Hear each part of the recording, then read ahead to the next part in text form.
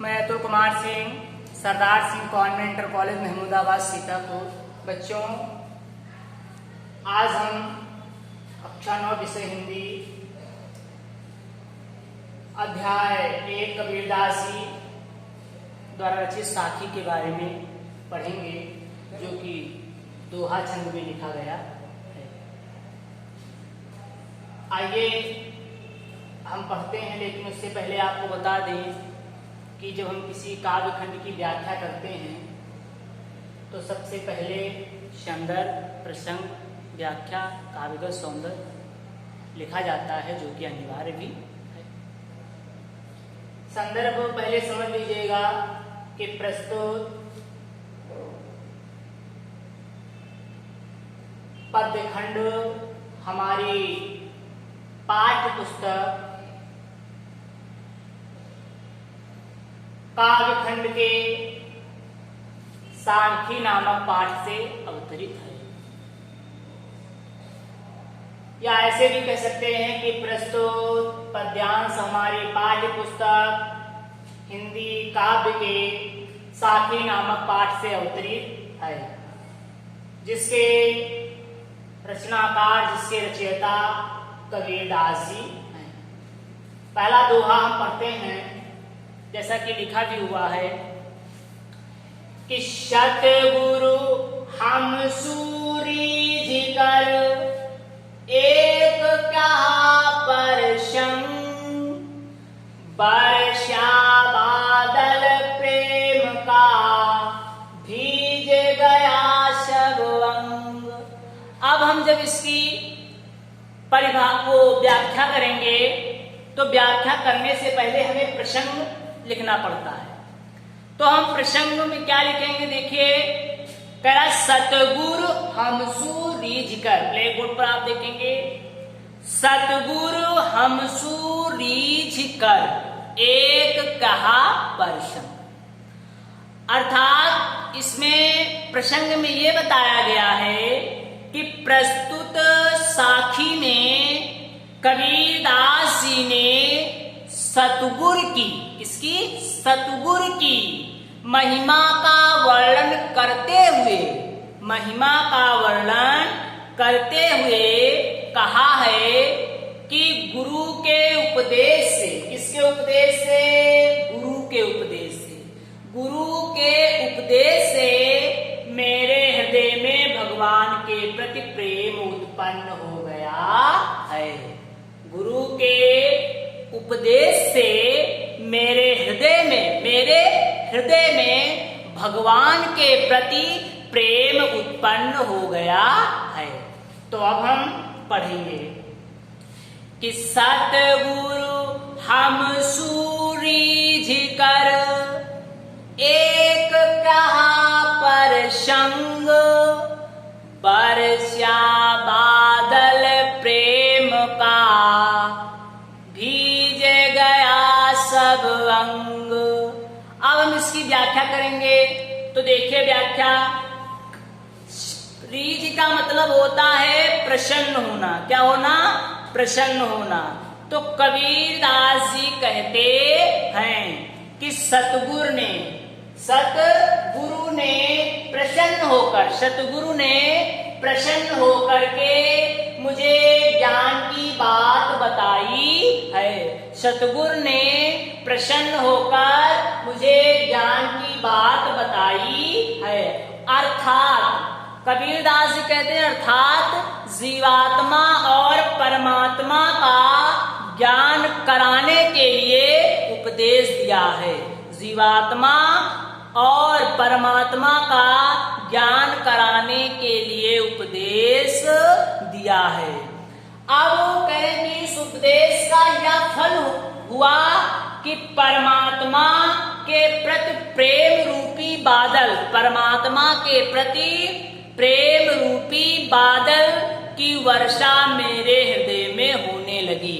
क्या लिखा कि वर्षा बादल प्रेम का भीज गया सब अंग। तो प्रेम रूपी वर्षा होने लगी, इससे शरीर के सभी अंग जो है, वर्षा बादल भीज गया सब अंग, इसलिए शरीर के सभी अंग प्रेम जल से क्या हो गए, भीग गए। प्रेम जल से क्या हुए, भीग गए।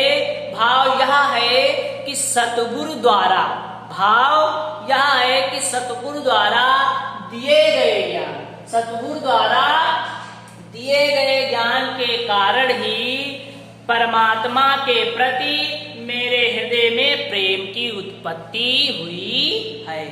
भाव यह है कि सतगुरु द्वारा दिए गए ज्ञान के कारण ही परमात्मा के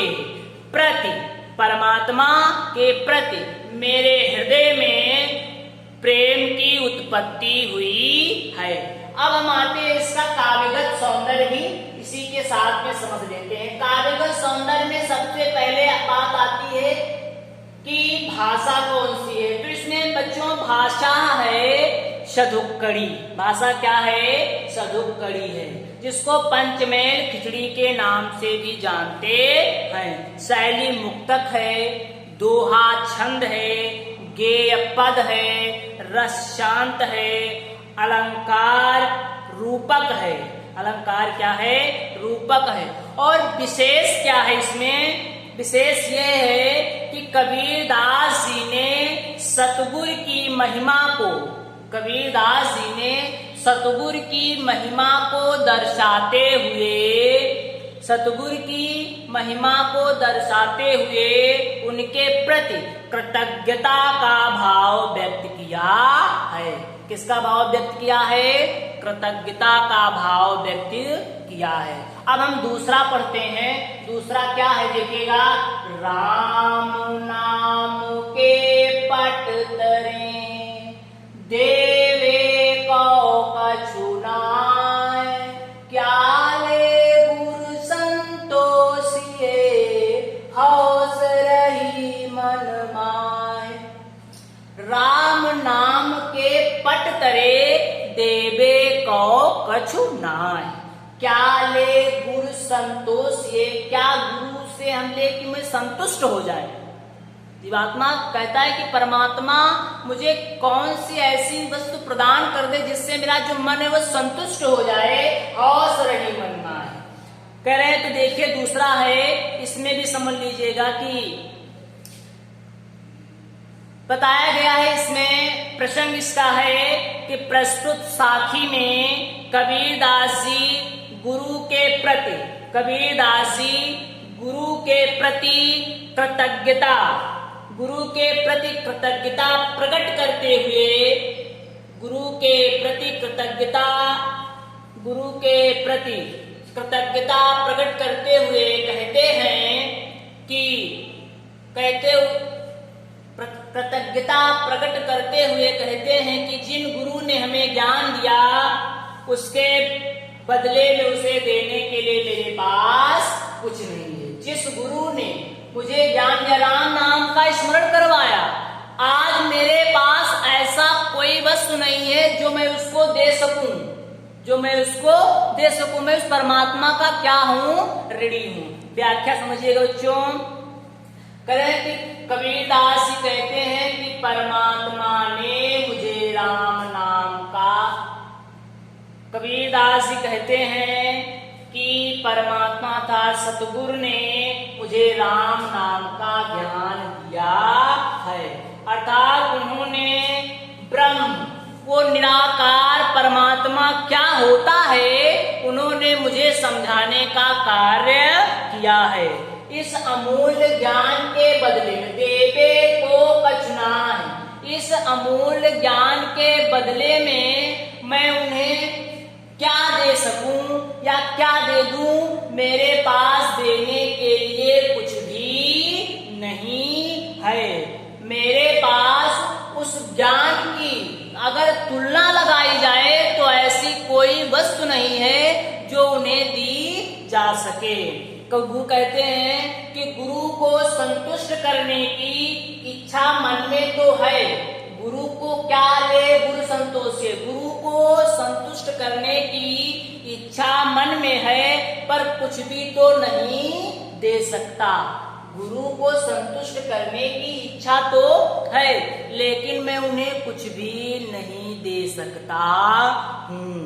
कवि महोदय बताते हैं, कहने का भाव यह है कि ज्ञान के दान से बढ़कर कोई दान नहीं है। ज्ञान के दान से बढ़ करके कोई दान नहीं है। इसका मूल्य किसी भी प्रकार से चुकाया नहीं जा सकता है। इसका मूल्य किसी भी प्रकार से चुकाया नहीं जा सकता है। फिर से पढ़ेंगे। कबीरदास जी कहते हैं कि मुझे सतगुरु ने राम नाम शब्द दिया है। इस राम नाम, ज्ञान रूपी राम नाम के शब्द की तुलना मैं नहीं कर सकता हूँ, क्योंकि मेरे पास देने के लिए कुछ भी नहीं है। क्या ले गुरु संतोषिए, मैं अपने गुरु को संतुष्ट करना तो चाहता हूँ, लेकिन मेरे पास कुछ है ही नहीं। हौस रही मनमाय, मैं इसका मूल्य किसी भी प्रकार से चुका नहीं सकता हूँ। अगला देखिएगा, फिर कह रहे कि ज्ञान प्रत्याशा गुरु मिल्या, सो जिन भी सरि जाए। ज्ञान प्रत्याशा गुरु मिल्या, सो जिन भी सरि जाए। जब गोविंद कृपा करी, तब गुरु मिलिया आए। अब इसमें हम संदर्भ देखेंगे कि ज्ञान का प्रकाश फैल गया। ये समझ लीजिए, ज्ञान प्रकाश अर्थात ज्ञान का प्रकाश फैलाने वाला, और फैलाएगा कौन? सतगुरु फैलाएगा। तो कबीरदास जी प्रस्तुत पंक्तियों के माध्यम से बताना चाहते हैं कि सतगुरु मिल जाते हैं तभी शिष्य के हृदय में ज्ञान का प्रकाश फैलता है। ज्ञान प्रत्याशा गुरु मिला, यद्यपि गुरु मिल जाएगा तभी शिष्य को ज्ञान का प्रकाश फैलेगा, तभी ये पूर्ण रूप से ज्ञान का प्रकाश पुंज फैलेगा और वह ज्ञान जो है जीवात्मा सीख पाएगा। सो जीवी सरि जाए, मैं उसको क्या करता हूँ? भुला देता हूँ। तो कवि महोदय पंक्तियों के माध्यम से बताते हैं कि जब सतगुरु मिल जाते हैं तभी शिष्य के हृदय में ज्ञान का प्रकाश फैलता है। अर्थात इस संसार में सत्य क्या है, इस संसार में सत्य क्या है, असत्य क्या है, इस बात को गुरु की कृपा से ही व्यक्ति जान पाता है। इस संसार में सत्य कौन सी चीज है, असत्य क्या है, यह व्यक्ति गुरु की कृपा से ही जान सकता है। कवि महोदय बताते हैं, जिस गुरु ने यह ज्ञान दिया उसे कभी नहीं भुलाना चाहिए। मैंने पहले बताया कि ज्ञान प्रत्याशा गुरु मिलिया, ज्ञान का प्रकाश करने वाला जब गुरु मुझे मिला तो ऐसे गुरु को मुझे भुलाना नहीं चाहिए। जो जिन भी सरि जाए, हमें उसे भुलाना नहीं चाहिए। जब गोविंद कृपा करी तब गुरु मिलिया आए। जब परमात्मा वो सतगुरु हम पर कृपा करेगा तो मुझे वो ज्ञान रूपी गुरु अपने आप ही मिल जाएगा। अर्थात जब भगवान की अनुकंपा होगी तो मुझे सच्चे गुरु क्या हो जाएंगे? मिल ही जाएंगे। जब भगवान की कृपा होगी तो मुझे सच्चे गुरु क्या हो जाएंगे? मिल ही जाएंगे।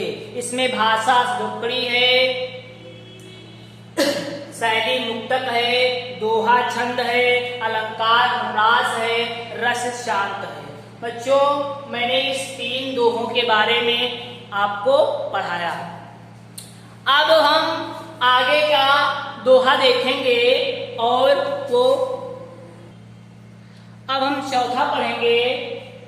चौथा क्या लिखा हुआ है कि जब मैं था तब गुरु नहीं, अब गुरु है हम नाय। प्रेम गली यदि सागरी, तामे दो न समाए। कवि ने इसमें घमंड की बात कही है कि यदि व्यक्ति को घमंड आ जाएगा तो उसका सब कुछ सर्वस्व नष्ट हो जाता है। तो कवि दास जी बताते हैं कि यदि व्यक्ति के अंदर घमंड की भावना रहेगी तो उसका सर्वस्व क्या हो जाएगा, नष्ट हो जाएगा। देखो पढ़ते हैं कि जब मैं था तब गुरु नहीं, अब गुरु है हम नाय, प्रेम गली अति साकरी, तामे दो न समाहे। अब इसमें देखिएगा बताते हैं कि कबीरदास जी कहते कि जब मैं था तब गुरु नहीं था, जब मैं था तब वो गुरु नहीं था, अब गुरु है हम ना है। और जब वो उपदेश देने वाला गुरु है तो मैं नहीं हूं। अर्थात जीवात्मा परमात्मा दोनों के मिलन शारत को बताते हुए कबीरदास जी कहते हैं कि जब परमात्मा थे, सतगुरु थे, ज्ञान रूपी गुरु जो ज्ञान के सारत को बताने वाला था, तब मैं नहीं था। और अब गुरु है हम नाय, और जब हम नहीं थे तब गुरु है। अर्थात कबीरदास जी कहते हैं कि जब मैं था तब वो ज्ञान का संचार करने वाला या ज्ञान की बातें बताने वाला गुरु नहीं था। अब गुरु है हम ना, अब ज्ञान रूपी गुरु तो है लेकिन मैं नहीं हूं। प्रेम गली अति साकरी, प्रेम गली अति साकरी, तामे दो न समाए। करे प्रेम गली अति साकरी, प्रेम गली अति साकरी। अर्थात मुझे अब स्पष्ट रूप से सब कुछ साफ साफ दिखाई देने लगा है, मुझे अब सब कुछ स्पष्ट साफ साफ दिखाई देने लगा है कि जीवात्मा और परमात्मा के सारत्व को यदि हम जान लेंगे तो यह ज्ञान कहीं न कहीं उस सर्वोपरि उजागर को, उस परमात्मा को हम प्राप्त कर लेंगे जिसके लिए हम इधर उधर भटक रहे थे, जिसके लिए हम इधर उधर भटक रहे थे। अंतिम देखिएगा पांचवा, भागत भजन हरि नाम है, दूजा दुख अपार, मनसा वाचा कर्म ना, कबीर सुमिरन सार। कबीरदास जी बताते हैं कि यद्यपि हमने मन से, वचन से, कर्मों से, मन, वाणी और कर्म से यदि परमात्मा को स्मरण किया है, अगर हमने मन से, वाणी से, कर्म से, तीनों से वस्तुओं से परमात्मा का अर्थात उस सतगुरु का स्मरण किया है तो वास्तव में मुझे ज्ञान मिल जाएगा, ज्ञान प्राप्त हो जाएगा। भगत भजन हरि नाम है, दूजा दुख अपार। ये जो दूजा दुख है, ये सारी वस्तुएं हैं, ये बेकार है। यद्यपि मैंने सही रूप से परमात्मा का स्मरण कर लिया, उनकी भजन कर लिया, उनको याद कर लिया, अपने मन, वचन व अपने मन, वाणी, कर्मों से यदि मैंने उस परमात्मा का, उस सतगुरु का, उस ज्ञान रूपी गुरु का स्मरण कर लिया तो ये जो दुख है इसका अपने आप विनाश हो जाएगा और मुझे वो ज्ञान रूपी गुरु क्या हो जाएगा, मिल जाएगा। मुझे वो ज्ञान रूपी गुरु क्या है, मिल जाएगा। अर्थात मन, वाणी, कर्म से भगवान का हमें क्या करना चाहिए, स्मरण करना चाहिए। सारे दुखों को त्याग करके हमें मन, वचन, हमें मन, वाणी, कर्म से भगवान का अर्थात परमात्मा का क्या करना चाहिए, स्मरण करना चाहिए। तो बच्चों आज के वीडियो में मैंने आपको 5 साथी से दोहा छंद पढ़ाया और शेष जो दोहे हैं वो आपको अगले वीडियो में मिल जाएंगे। धन्यवाद।